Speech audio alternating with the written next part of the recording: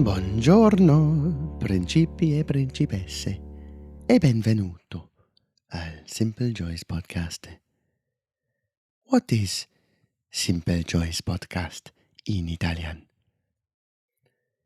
Il podcast della felicità semplice. Il podcast of simple happiness. Gorgeous.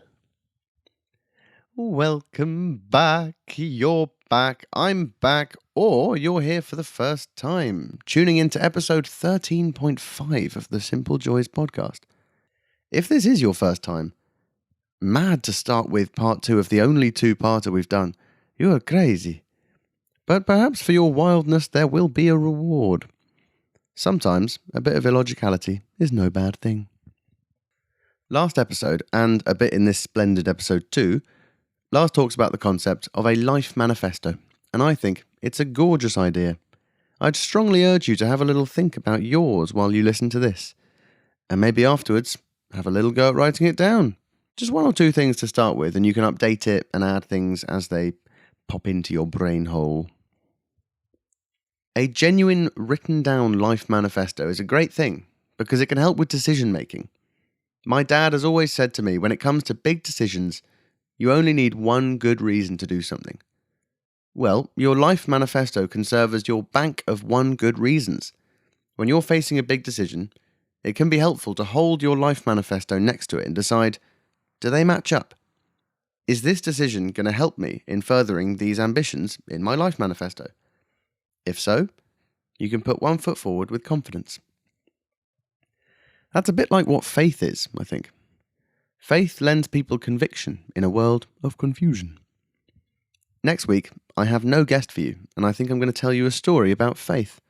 It's my favourite story ever, and I was going to tell it to you this week, but I think it would take way too long, and I wouldn't do it justice.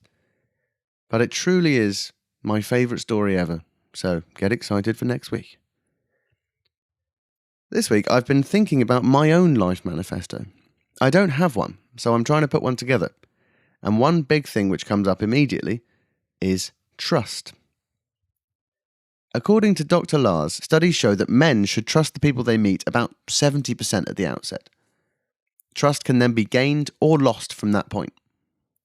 For women, this figure is about 60%, as a result of many men letting the side down in Titanic fashion forever. If I'm honest, I think I'm working well under that figure at the moment. I think trust is such an important thing when it comes to forming connections with people. Trust is by definition a gamble. It's a trust fall. But, as Dr. Lars says, it's very often rewarded. I think I'd access a lot of joy that I'm not currently accessing if I trusted a bit more readily. There's so many people out there, just outside your house, in your daily life, so many little pockets of joy available. If you're prepared to treat someone like a friend right off the bat, suddenly you live in a world full of friends. There's a lot of joy to be had in that. In a minute, you're going to hear me talk about my experience of kindness in Armenia. Whenever I met someone, a farmer in the middle of nowhere, they would treat me like a friend. In some ways, even better than a friend, more like a guest, even though they had no obligation to do so. When I met Tom Allen on the trail in Armenia, Tom was my guest in episode 2, I asked him about the kindness I'd been shown, because I truly didn't understand it. And he said he thought part of it is simply that, historically, when you meet a stranger, it can go either way. They could be nice, or they could be not nice. And it will inevitably be better for you if they are nice. So Tom said, quite simply, that maybe they just lead with kindness in order to set the tone for a friendly interaction. They're eager to give you something, so that there can be no doubt that they see you as a friend rather than as an enemy. It's a just-in-case sort of thing, for the avoidance of doubt. It's an excellent way to swerve conflict. I wonder whether my lack of trust has something to do with growing up in a big city. When you're young, you're taught that the world of strangers is a scary world where bad things happen. And you're told that for very good reason. Quite a lot of bad things do happen in London. Not everyone has good intentions, as is the case in most big cities. You can't always predict how someone's going to act. Not everyone wants to be your friend. People steal things, people cheat and lie. Every day, well-intentioned people are scammed out of thousands of pounds or have their phones pinched right out of their hands. But is it right to teach children that all strangers are dangerous because maybe 0.01% of them are? Yes, people have their phones stolen every day, but far more people do not have their phones stolen. And if you were to collect up all of the grief and pain and sadness in London and put it all into a graph, it's a cheery graph, I know. I think sadness as a result of loneliness would far outweigh sadness as a result of stolen phones. The loss of a phone is material and easily quantifiable, whereas potential joy from missed human connections that didn't happen is harder to quantify. But it's worth considering. Yes, if you're super closed off all the time, maybe you're less likely to have your phone nicked. But at what cost? I went to Kyrgyzstan and Kazakhstan last year, and it was only when I left London for an extended period of time and went somewhere totally different that I realised how much I have my guard up in London. I realised that interaction with strangers was something I naturally dreaded. I was scared of awkwardness, scared of being misinterpreted, scared of being asked for things I didn't want to give. Interactions with strangers were above all opportunities for misunderstanding.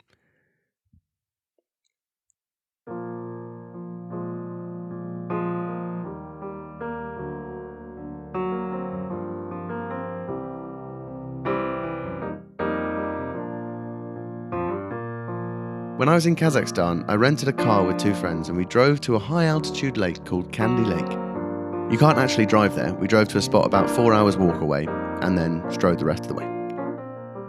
We planned to sleep there. We had a small two-man tent with us that we'd been sleeping in, basically piled on top of each other.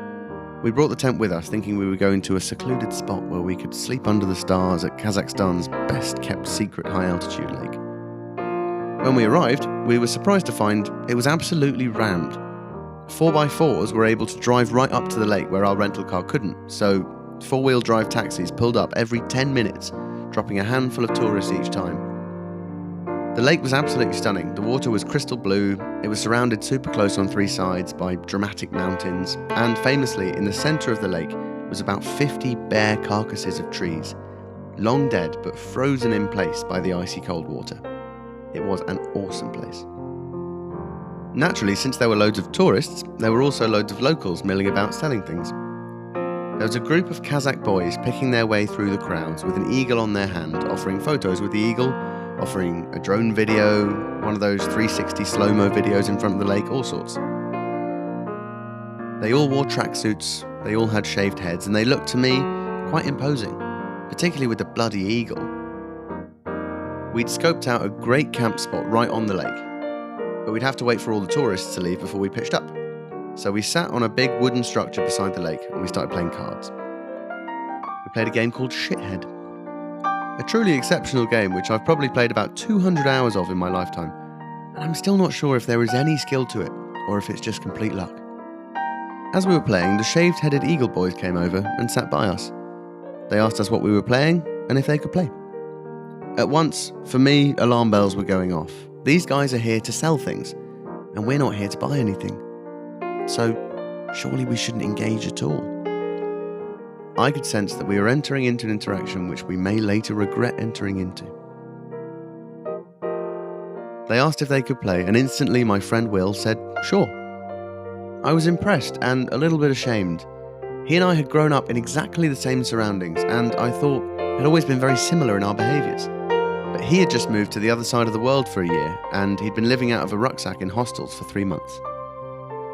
It struck me that this lifestyle, where you're constantly hyper-exposed to the world around you with no safe space, no home, you're always in a public place, and you're constantly in contact with strangers. It struck me that this lifestyle had led him to be more trusting of people. In fact, Will went one better. Instead of teaching them shithead, he asked them to teach us a game. The game they taught us was called Asa, and it involved betting in slaps. You effectively bet on a higher or lower, and if you get it wrong, you receive a certain number of slaps on the head. They had a very wide range of creative ways to slap you on the head. We played together for the best part of an hour, and I don't think I won a single hand.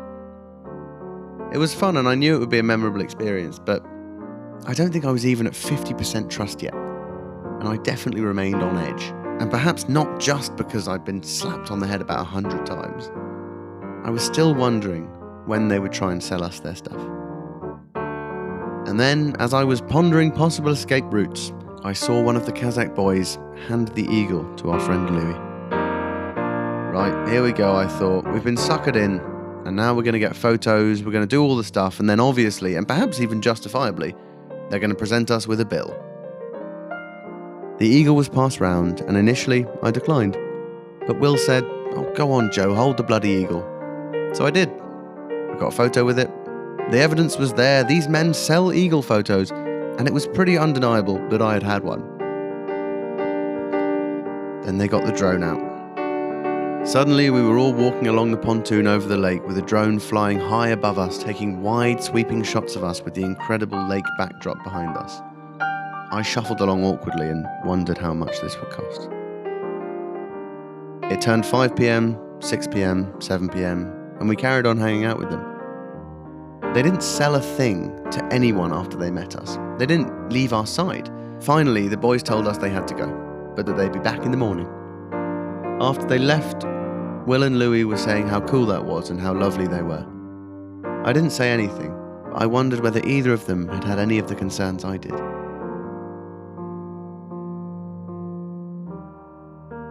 When the Kazakh boys arrived the next morning, they brought us all a Kazakh breakfast, which consists of a huge can of Monster-esque energy drink and a Snickers Super, which is like a Snickers but bigger. We chatted to them for another hour or so in the morning, and eventually it was time for us to leave, to start the long walk back. We shook hands, dapped up, whatever, and they asked us for absolutely nothing at all. They were just happy.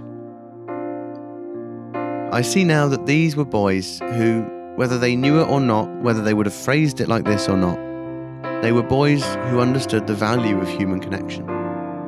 When they saw us, they saw an opportunity for something a bit new and a bit exciting. People are the most exciting thing in this world. No car or concert or pair of shoes or aquatic reptile can ever be anywhere near as exciting as a person. They wanted to have an experience with us. They were extremely kind to us, but I don't think that was that intentional. They just used what they had at their disposal to form a connection with us. And even though we couldn't say a word to them, they didn't speak English and we didn't speak Russian, we all got something from it in huge, huge fashion. When I reflect on that, and from hearing Lars talk about trust, I realise that I'm working well below the level I should be. And as of now, I'm working on it. I am chuffed to bits to have something on my life manifesto that I really truly believe in. Alrighty, handing back over to Dr. Lars now. If you are one of these frightening perverts who likes to start with part twos of things, Lars is a psychiatrist who's originally from Denmark. He's sort of my uncle. He's known me my whole life, and he is relentlessly interested in people, which, I think you'll agree, is a fabulous thing to be interested in. For the humanophile, life will never be boring. Oh, and also, just quickly, one thing I've been told I should be doing. If you are enjoying this podcast, please follow it wherever you're listening to it, and rate it 5 stars. It helps me out big time. Thank you. Dr. Lars asked ChatGPT to give me some advice for beginner podcasters, and this was a feature. He'll beat me up if I don't do it, I swear. So please enjoy this second and final instalment of Dr. Lars Hansen on the Simple Joys podcast.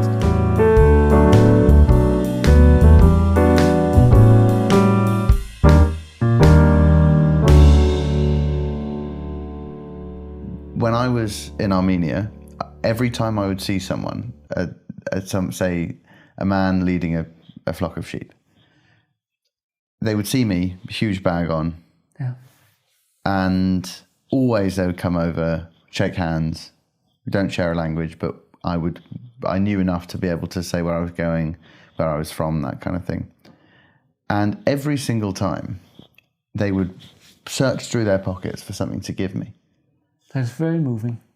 It was beautiful and fascinating in equal measure. I found myself, every single person that I encountered had felt that they wanted to, should. I don't know. They all gave me something. And it would be something as simple. Often it would be an apple, or say they would press some cigarettes into my hand. I'd be like, I'm okay. I'm walking. Oh, yeah. But they would insist on giving me something. And I came to this, it's not a conclusion, but I had this idea that something given away is worth infinitely more than something kept, because something kept has a finite value, whereas something given away, it's out of your hands, and as such, there's a certain amount of it being infinite. And this is so beautifully put. Yeah. The idea that someone would give me an apple, the simplest form of that being infinite is, I'm now telling you about the man who gave me an apple.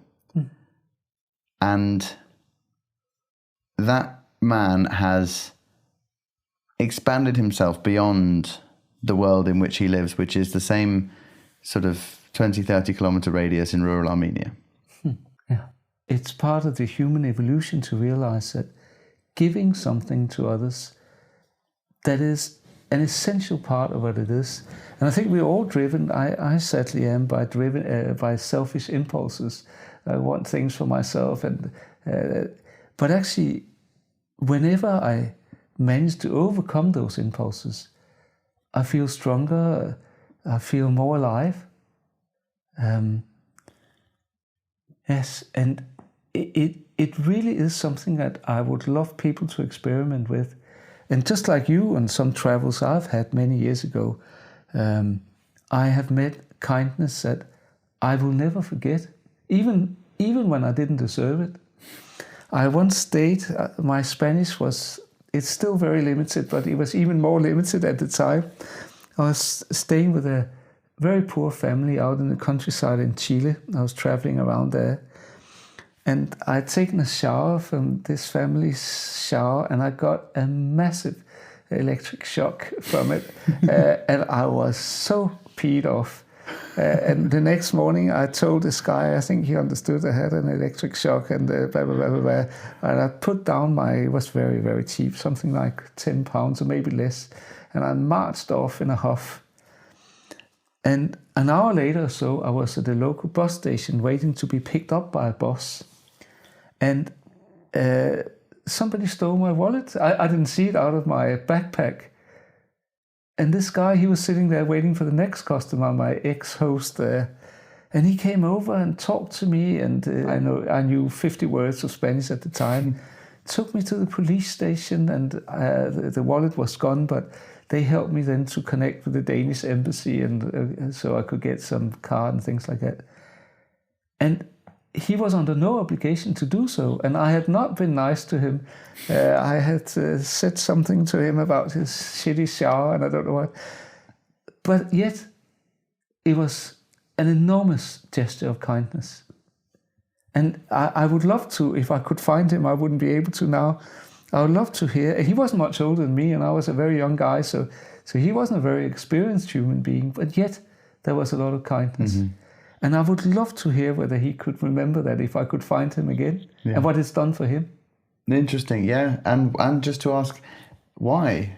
Because yes. I think so much in Western culture, it's easy to blame capitalism, and maybe that is it, but I don't think that's all there is to it. We're not, I don't feel like I was necessarily raised to help everyone that needs help. No. And that's also maybe asking too much of us. Maybe, yeah. Yes. Yeah, I agree. And I think there's definitely a fear of exploitation, and yes, which I think is a real one and justifiable. Yes. I don't quite know how it works in terms of, if you were to give to someone who then stole from you, yes, was it a mistake to give to them in the first place? I theoretically no, but it maybe wasn't a good person to give to. I don't know. I do. It's so important, and there of course isn't a clear-cut answer to this. But there are some people that have worked on trust, and the general suggestion is that we men, if we meet another person in the street, we should trust them about 70%. And then it can be, amount. yes, and then it can be earned more, or you can lose it. Yeah. While women, for obvious reasons, should trust a little less, sadly, they suggest about 60%. And then it can be earned or lost. Yeah. And trust that's, by the way, also one of life's small but certainly not insignificant joys, to give other people trust. And it's amazing how the majority responds to it. Even people that have a criminal record or something like that, by and large, if we give them a reasonable degree of trust, not 100%, it's not an either-or phenomenon like most of these sophisticated things. They're not either-or, they're on a continuum. If we give people trust, you almost always be rewarded. There are exceptions, I agree with that. But trust is the strongest correlate to happiness that we have. And every year, happiness levels are measured around the world. Yeah. And here we're sitting in the UK now, and on the latest one, we are number 29. It's not all countries it can be done in for practical reasons. Yeah. And at the very bottom, you have African countries, poverty, autocratic regimes like Russia. Happiness levels are very low. While in Scandinavian countries, my country used to be number 1 for many, many decades in a row, but we dropped down to number 3. Oh. And Finland and Iceland, so other Nordic countries, have taken over the lead role. That's gotta hurt. That hurts. It still hurts as I'm saying it. And the way of measuring happiness is by no means ideal, but I think it tells us something. And Britain has dropped down. It was higher up in the past. The reason why I got onto this was that trust levels are so much higher in Scandinavian countries, and it's palpable when you go home. Like if a small kid jumps on your lap on the bus in Denmark, you wouldn't worry and think that people think you're a pedophile. You pat him on the head and say hello to him. Yeah. While in this country, like I would freeze if a kid did that here. It's so clearly a positive versus a negative response. Yes.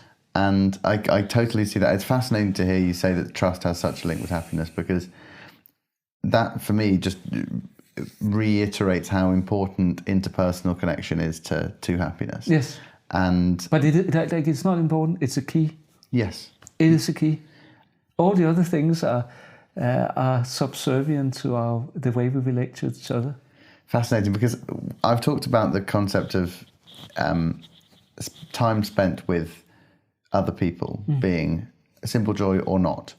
And it all depends. Unfortunately, it's not a particularly fruitful discussion because it is a matter of definition.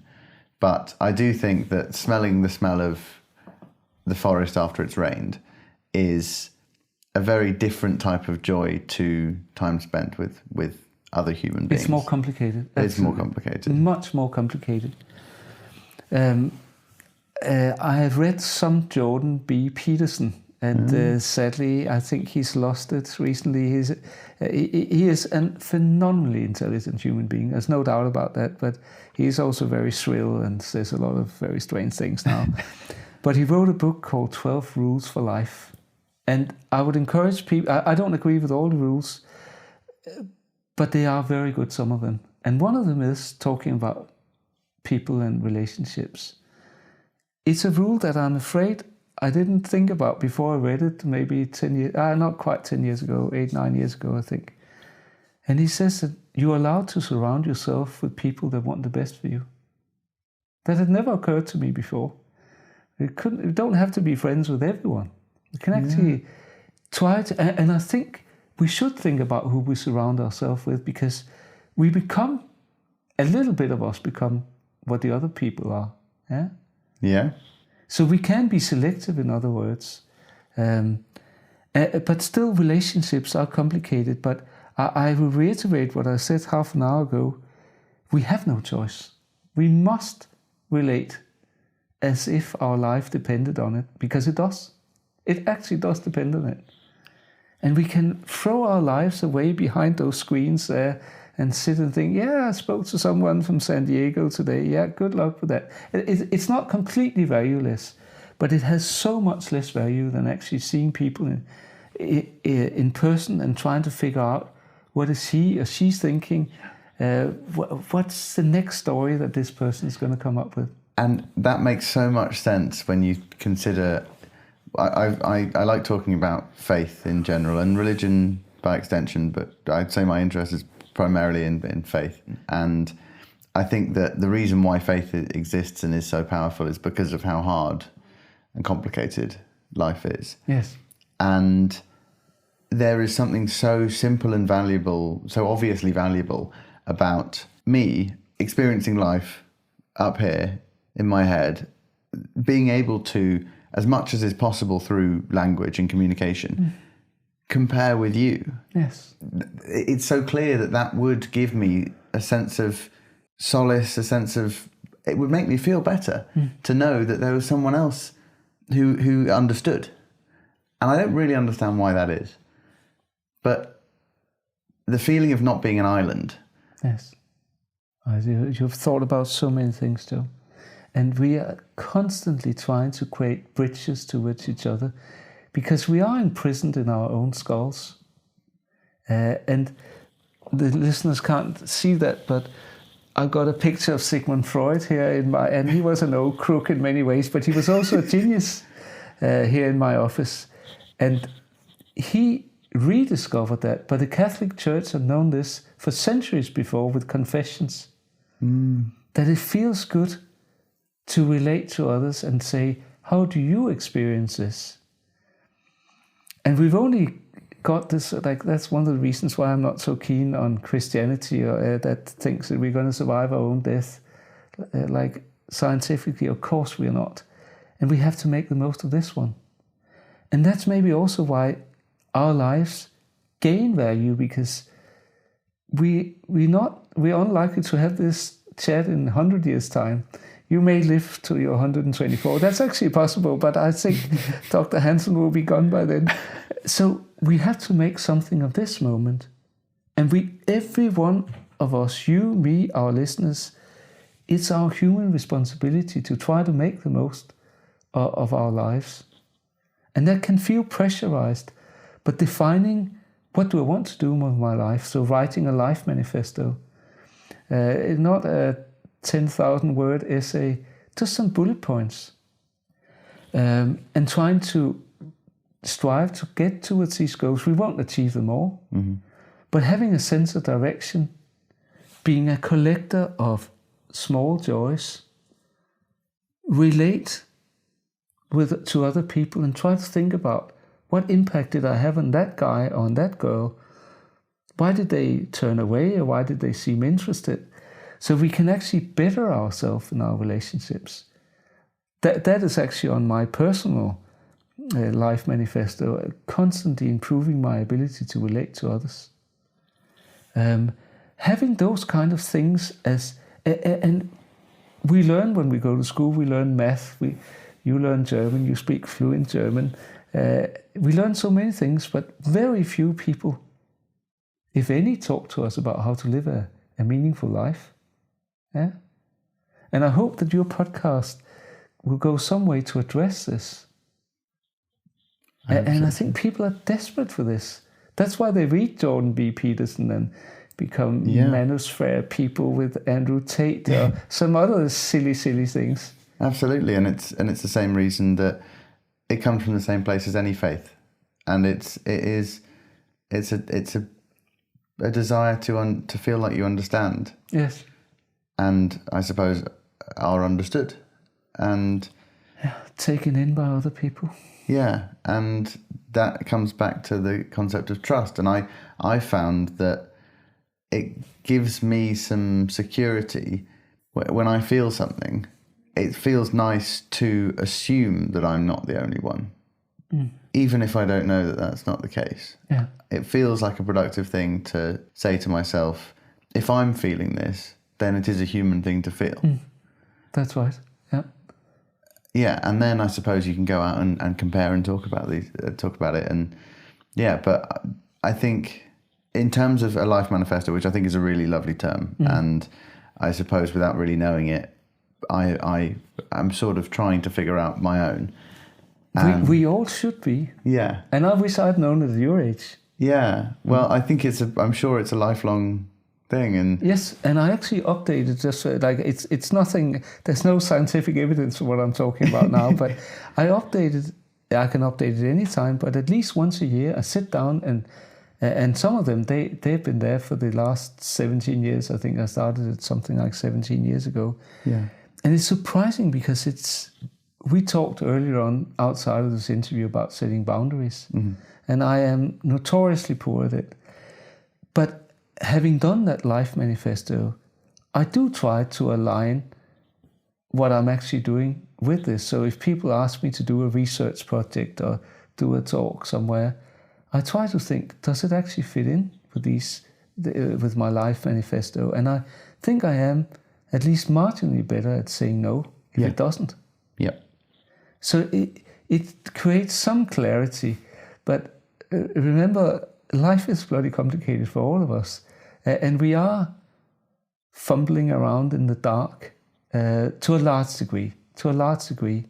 But there's certain things that can shed light on a better path forward. It isn't it's not necessarily the optimal path, but some kind of path. Yeah. And the worst thing we can do, I think, is standing still and not doing anything, and disappearing into a fog of social media and idiotic connections and those kind of things. Waste of life.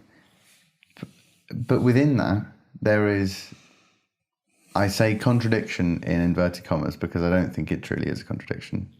I think they can coexist, but it's a simultaneously striving, but also having the presence to stop and smell and look.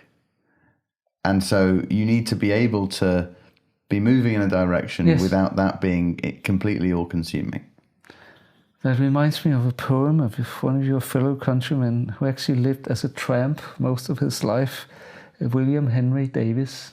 And he said somewhere, "What is this life if full of care? You have no time to stand and stare." And I think that is right.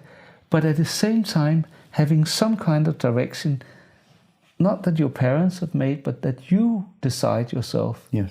This is some kind of direction that I would like to go towards, and then take the knockbacks that they will give and come out stronger and as a bigger person. Yeah, totally.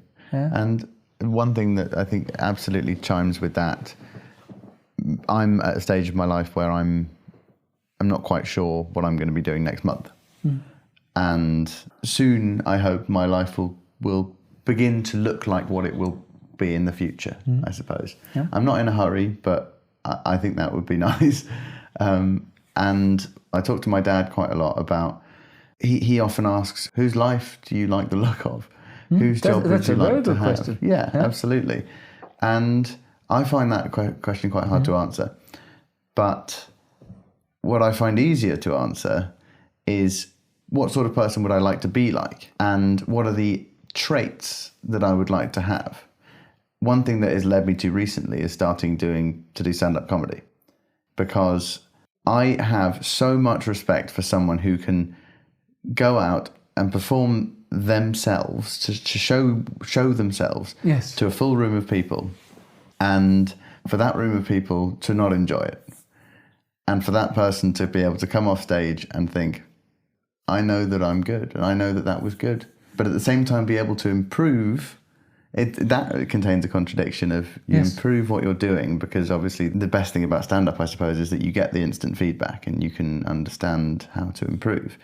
But at the same time, you have to maintain this feeling of, I know that what I'm doing is good. And that level of certainty, of kind of self-assuredness, I have a huge amount of respect for. Am I allowed to slightly contradict that? Please.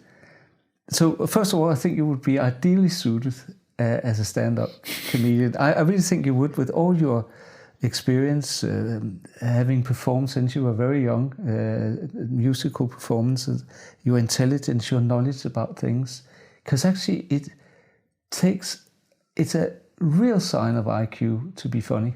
We are showcasing our IQ as we're funny, because you really have to have a sense of what goes on with people. If you have to take one step across the line to be funny, but if you take 2 steps, you're offensive.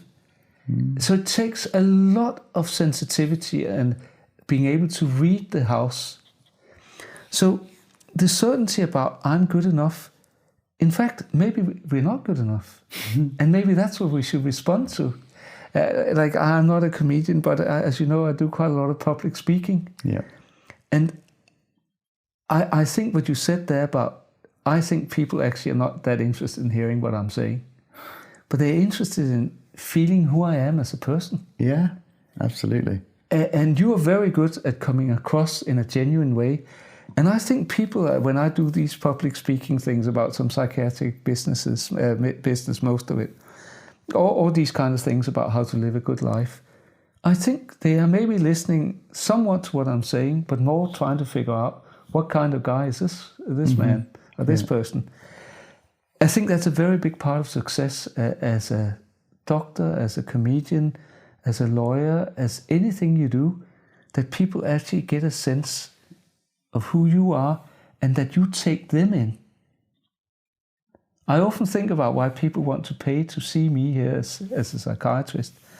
And of course, I'm sure there are different reasons for this, but part of it is that they want to be taken in by someone. And interestingly enough, even when we perform, I think we have to be open. I think you would agree with that. We have to be open to the audience. Absolutely, yeah. So I think we have to have the courage to think sometimes, well, actually, this was not very good what I did here. Because that may be the case. I may be good enough, but what I did was perhaps not good enough. Yeah. So I want to finish this talk about something that we actually set out on our agenda before we started, and that was about the negativity instinct. Yes, absolutely. And that's actually related to what you said there about how we often assess our own performance. Mm-hmm. And for evolutionary reasons, there was a huge benefit in actually being negative. That's how our forefathers survived in the not too distant past. So if Joe and I have walked down the forest path here in the New Forest 100,000 years ago, and we've heard some rattling in the bushes, like maybe 9 out of 10 times it would have been a little bird, but in the 10th time it would have been something very big that would have had us for lunch, both of us, and a huge lunch, can I say? With these shoulders. Of course, well said. And the biceps, yes, you're right. That would be meat for years there. No, I'm afraid not. And I think that we modern people, we have a lot less to be scared of. But yet we worry about terrorism and rapes and murders and all kinds of things that are actually extremely unlikely to kill us. In fact, and this is my own research I'm talking about now, I know quite a lot about, because I know about suicide. That was my original area of research, and then that morphed into how long we live and what we die from. And people your age, all the way up to my age, they actually die very, very rarely in the modern world. And some of the biggest threats to young people, it's not terrorists or rapists or mass murderers. Murder rates are at an all-time low across the Western world, even in crazy America. Really? Yes. Suicide rates, much lower than they were 40, 50 years ago, especially in women. So lots of things are so much better. But what we do need to worry about, that's obesity and cigarettes and traffic. Yeah. That's what kills young people. And suicide to some degree, but to a lesser degree than what it was, fortunately. Yeah. So we get our risk assessments wrong. And very often when we've performed like music, you may know that, and when I played a tennis match, I can very, very easily access the stupid mistakes I've made. Yeah. While I have to make an effort to remember the good shots. How are you when you assess your musical performances? Are you balanced? No, definitely not. And I think with music, it's a specific thing where you can play a gig and you know all the songs that you think were rubbish and all the things that you did wrong and all the things that you practiced and still got wrong, and the frustration is always there, I think. And to some extent I'm pleased that it's there, because if it wasn't there, then I probably wouldn't, then I don't care, which is important. But interesting angle. But there is whenever I come off after a performance, and often I've got into the habit of someone says that was really good, thank you, and in my head I'm going, you don't really think that, you're being polite. So we dismiss people's compliments. Yes, absolutely. And it's not something most of us have. Almost all of us have it. Mm-hmm. And we compensate in different ways. We can become Vladimir Putin, that wants to be the world's richest man and have more and more land, attack Ukraine. But it's almost certainly also because there's something happened in his life that made him think that, in fact, he's physically a very small man. And try to think of most dictators like Adolf Hitler, Napoleon. I think Caesar was actually a pretty big guy, but Vladimir Putin. So many of them have been physically small. So I'm not saying that this is just why they become this way, but it could be part of it. Yeah. That they haven't dealt with these challenges in a healthy way. So I think really for the listeners, every one of us have a degree of this, and we need to get the balance right. I'm not saying we should be completely uncritical of ourselves and say, yes, now I've delivered the best stand-up that I've, in your case, ever been done. No, that becomes unbearable. Yeah. And that's almost certainly also a defense. Narcissism is, like as you can see in certain world leaders at the moment, it's almost certainly a trauma response somehow. But trying to find the right balance of being self-critical and also praise ourselves. Because a lot of people, where this negativity instinct is not acknowledged, they end up imprisoning themselves in a comfort zone, never stepping out of it. Yeah.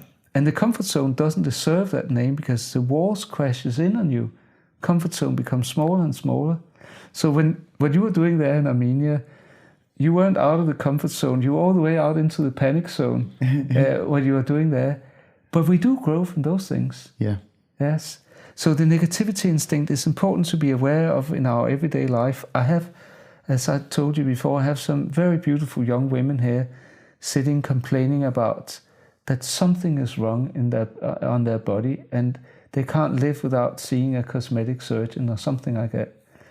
And it's often something that got completely out of proportion because of the negativity instinct. Yeah. Yes. And they then think that the only way to achieve a happy life is to be perfect. Mm-hmm. And that is the royal road to misery, to believe that. Yeah.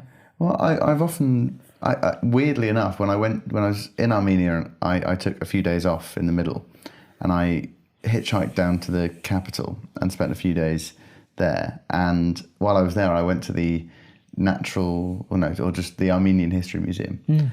And they have quite a big Stone Age section. Oh, yeah.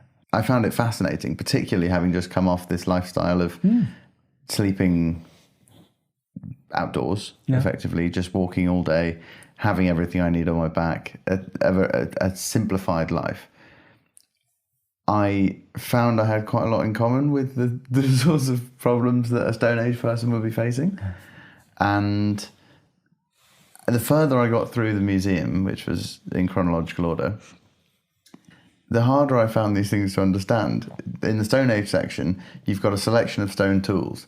It's very, very easy to explain that a problem that a Stone Age person had was availability of food. So they create tools to make that easier. Yes. And they got gradually better at meeting those needs, and eventually got so good at them that it seemed like there was just an absence of problems. And so they kind of started creating problems. Do you agree? I do agree, and it's wonderful because I sometimes think that we have never lived safer lives than we do now in the Western world. Why aren't we perfectly happy all the time? Because our minds, sadly, are masters of making up problems that are not there. Like, for example, what does my big toe look like, or some of these things. I have a beautiful young girl that thinks her feet are too big, and that is a problem that is entirely created in this beautiful world. She's very young, actually. It's entirely made in her own mind, and she partly knows it and laughs at herself. But then she switches back. And I think you're right that our brains were used to dealing with really life or death situations all the time.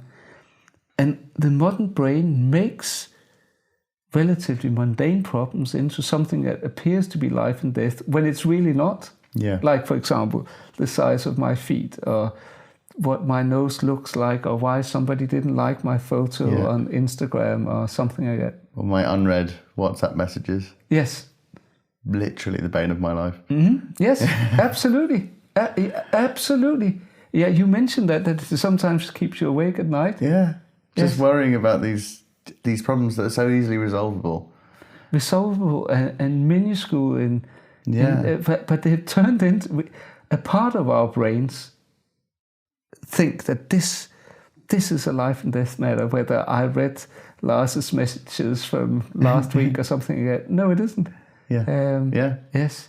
So we need to get it into proportion, and just as you did there, Joe, and we should do a lot more of that. Laugh at ourselves. Yeah.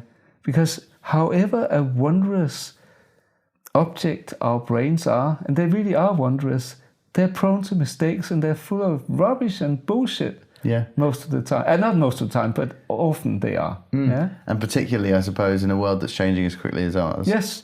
Our brains haven't adapted at all. So we think that our brains roughly look the same for about 300,000 years, the last 300,000 years. But about 70,000 years ago, our brains suddenly became bigger. Really? But over the last 70,000 years ago, you could take a baby from 70,000 years ago and put him or her here, and he would be exactly like the rest of us. But our brains have not adapted, and the pace is picking up in our developments, like with AI, we talked a bit about that and all these things. And only time will tell whether our brains can actually follow it. But it's unlikely that, it doesn't look as if happiness levels have increased significantly over the time that we have measured it, even though that we're infinitely much richer now. Yep. And I still have to say, I'd rather, in spite of Putin and Trump and I don't know what, I'd rather live in 2026 than I would in 1956. I would still rather live now. Yeah. Because many of these things, if you use the internet correctly, it's of course the source of all knowledge, all available knowledge. And we can communicate so much more easily. When you traveled there to Armenia, you still had your phone on you. Yep. When I traveled in the late 80s, age 22, to New Zealand, I was there for a year. I spoke once to my parents on a phone. I can't remember. It cost some extraordinary amount to speak to them just for 10 minutes. Yes, and then you could write some letters. Yeah. So there are things that are so much better, and I think by and large, I know many people don't believe that, but we are more civilized than we've ever been. At least in the Western world, fewer murders, as mentioned. Violence is dropping off a cliff edge, interpersonal violence, and it isn't just in this country. Yeah. But we get a skewed impression because of our access to the media. Yeah. And that's a big problem. So we live in a safer world where we live much longer than we did just 100 years ago, like infinitely much longer. And it's about trying to make the most of it. And I think being a collector of the small joys is a very, very good place to start. I hope so. And it feels like it, as I say, this comes from something which I just found was great for me. And assuming, like we've talked about with the sort of trust side of things, assuming that is likely to be the case for other people. And I think it's very reassuring for me to hear that you feel the same as I do. I really do. And like, we don't know anything in this world, but I can imagine that we will reduce the risk of mental illness if people became better at these kind of very, very simple things. But it's just that nobody told us. We weren't taught that. We were taught so many other things, that how to live a good life. That's not much talked about. But maybe it's a hard thing to teach. It is a very hard thing to teach, and we don't have the final last words on this, what it is to live a good life. But we actually know more about it than we let on. Yeah. And I don't think that's reasonable, because I think we may be afraid of being called arrogant or something like that. I would take that risk and say, well, this is actually what science has shown us so far. And I think people are, as we talked about, they are reaching out for advice or guidance on how to live a good life. And then they go onto the internet and meet Andrew Tate and think, oh, this is how to live a good life. No, it bloody isn't. It's actually the complete opposite of what this idiot is suggesting. So why not come up with some evidence-based ideas about how to live a good life? Yeah, I do think that it's actually a responsibility. But it's no coincidence that something like what Andrew Tate and co are feeding to men all over the world, it's no surprise that is working on them. No. Because that's not the truth. Those are type 1 beliefs. Yes. They're things which you can guzzle and it feels nice and they sound nice in your ears and that kind of thing. When in reality, I think true lasting happiness, whatever that may mean, it has to be learned through lived experience, I think. And you wonder why I can't just go and read a book by someone who claims to have figured it out. And then, there are many books like that, including the Bible. Yes. Yeah, we'll start there. But it's unfortunately that doesn't work. I can't just go and read someone else's findings and for that to just immediately be true for me. That's of course true, completely true. But I think we underestimate how much we can learn from others, because I often hear this, you have to go through the hardship yourself. But I think if a guy says, if you go through that field, there are 2 big bulls over there, and I just saw one guy being gored to death, I think I wouldn't try to cross that field. Yeah. So I think we can learn certain things, but you're right. That, like, you can't learn to play the saxophone really without having someone teaching you, but you have to know yourself, this is how much pressure, air pressure I want to put into the saxophone. Yeah. This is the timing now when I need to press down on this one here and all this. And the same with tennis. You can learn to play some tennis without a teacher, but it will look rubbish. And as soon as you play somebody who has learned it from someone, you will be toast. Yeah? So I think it is a combination, and I think we shy too much away from giving people what we know now about how to live a good life. I think we know more than we will let on, and that's not fair, I don't think. And especially in psychology and psychiatry, have to move away from this relentless focus on misery. Yeah. Mm-hmm. Yeah. And laugh at ourselves and focus on on people's strength. Yeah. Yeah.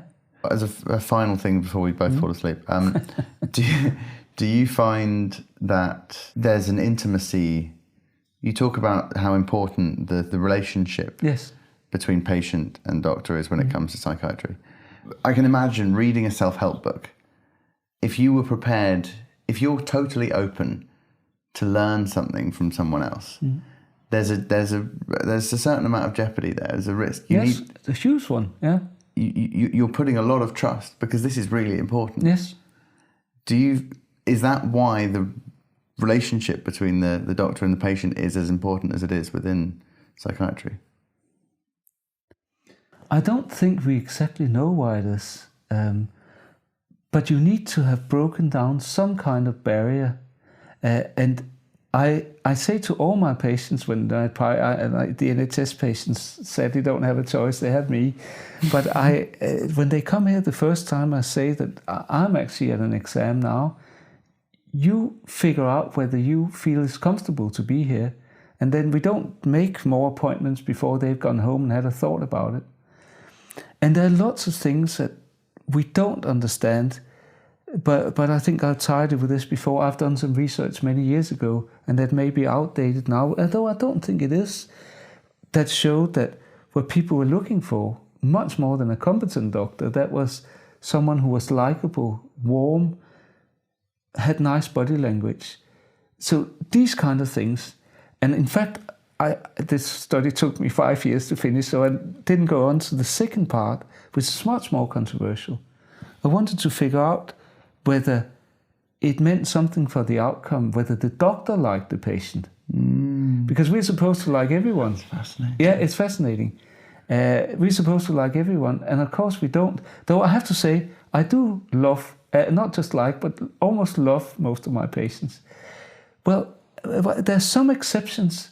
And it's interesting because I think they're usually not doing that well. Yeah. So maybe somehow I can't hide that I don't feel that much warmth for them. So it goes both ways. But we can definitely see that the therapeutic relationship has a maybe 80% impact on outcomes. So we can't ignore that. And talking about doctor-patient, I think it's the same when you as a comedian is creating a relationship to your audience. That is essential for people to laugh, that they feel you as a person. They know you, Yes. yeah, totally. And this, I think, goes right back to the start, where you were talking about how you so rarely talk to your patients about things that they're good at. The rest of medicine, you would never go to a doctor and say, my chest hurts, I have chest pain. And then the doctor says, but what's good about your chest? It's also, medicine is problem resolution. But there's so much more to it than that when it comes to mental health. And that I find absolutely fascinating. And yeah, I there's not even a question. I think it's so intriguing. But our current healthcare is not a healthcare, it's a sick care.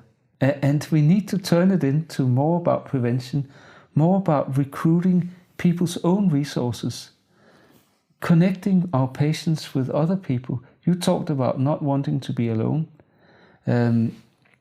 I did a study that failed, actually. That's a long explanation for this, where I tried to befriend my very unwell NHS patients with each other to see whether that actually had an impact. And that failed because we were not assertive enough. I think people were too scared of each other. Really? It ran for 11 years and still failed. Wow. But now we're doing a study where we're trying to measure whether our social groups, the tennis group, the coffee group that we have, but the problem with it is that it's only the strongest patients that turn up. Yeah. Whether these social groups actually have an impact. And I know the preliminary results already. It has an overwhelming influence on them.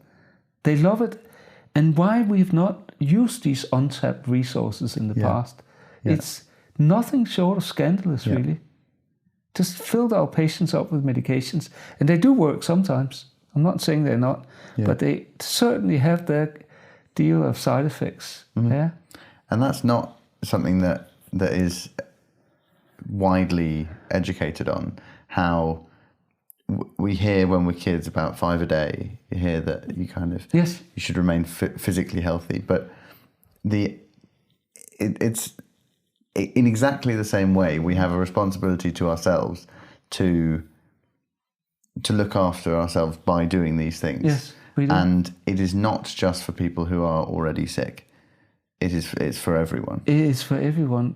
And the numbers of people that will qualify for a psychiatric diagnosis throughout a lifetime, they're sky high. Mm-hmm. It was thought in the past that it's 1 in 4, but it's maybe more like 3 in 4. Wow. Yes, at some stage in their life. Yeah. You can then argue, do we set the bar too low for psychiatric illnesses? And I think we do, especially for kids' conditions. Mm-hmm. Yeah. I think we do. But prevention, that is really where we need to go with all healthcare, medical and physical healthcare. In psychiatry, we're just plowing on, doing the emergency work at the end when people have already become unwell. Yeah, that needs to change. Totally.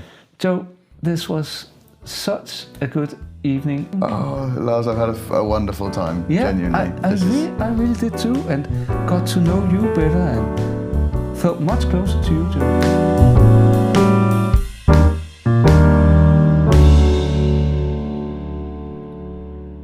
And so ends the Dr. Lars saga on the Simple Joys podcast. For now, at least. It was so much fun, I could see it happening again.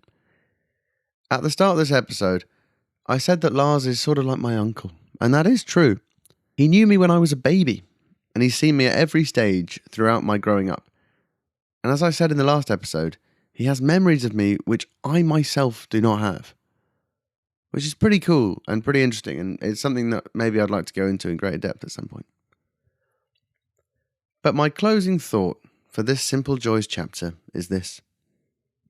Going into this conversation with Lars, I would have to say that I didn't actually know him that well. I've always felt comfortable in his presence, probably because of how long he's known me for, and I've always enjoyed talking to him, but on a personal level, we'd never spent any time together one-on-one until this 24-hour period I spent with him. Lars is a man who has spent a long time looking at and thinking about the huge variety in the human condition. Far longer than I have, but I get the sense that it's the answers to the same questions that interest us both. And I value his take very highly. And as we spent the afternoon, the evening and the morning talking, we addressed a lot of the themes that have been rattling around in my head over the past few years. Throughout all of this, there was one thread that seemed to link up everything we discussed. People. Lars believes so strongly in the importance of human connection for our well-being, and I find it utterly inspiring. People. I've asked the question a few times during this podcast. Can time spent with people be a simple joy? And I have my answer. Yes, it can. In fact, it is one of the most important ones available to us when it comes to our well-being. It's not simple. But I realised that this was a semantic hold-up on my part. When I set off to find simple joys, it was exactly this sort of thing that I meant. The sort of deep soul warmth that makes life feel like it has meaning. These unmistakable markers in the swirling madness of life that confirm to you I'm heading in the right direction. That's what I mean. So maybe simple joy isn't the right term, but I'm not changing the bloody name of the podcast. So you'll just have to lean into the nuances with me. That's all for now, folks. I should say that next week I'm setting off for Germany on my bike, and I expect to be on the move on 2 wheels for a few months. I want to go and meet some new people, see some new things, and bicycle travel is just perfect for that. Go back to episode 2 with Tom Allen if you need any more convincing. I do dip back into that episode every now and again when I'm doing my nuts and bolts in over which chain ring to buy or whether I need a dynamo front wheel or a set of tri-bars. And, conveniently, one of Tom's big ethoses is that you don't need all the best gear. Which is convenient because I'm certainly not going to have it. But travelling by bike is the perfect way to move quickly, but not too quickly, through new surroundings. Sitting on a saddle surrounded by a constantly changing perspective, totally under your own steam, not missing anything, but also moving about 4 times as fast as you would do walking. It's jam-packed full of simple joys, type 2 pleasures, whatever. I'm hoping I'll get into some strange situations, meet some curious people, feel free, and feel great. And maybe make a couple of mistakes, and come back with some stories to tell. I'm determined to keep making podcasts, but it's going to be a bit of a learning curve once again. I literally feel like I'm just beginning to get the hang of making a podcast while I'm at home, in one place, with a desk and a stable Wi-Fi connection. So let's make it interesting, eh? I hope you'll stick around for the ride. In a sense, I think this marks the end of Season 1 of the Simple Joys podcast. Thank you millions and billions for listening. It means the bloody world.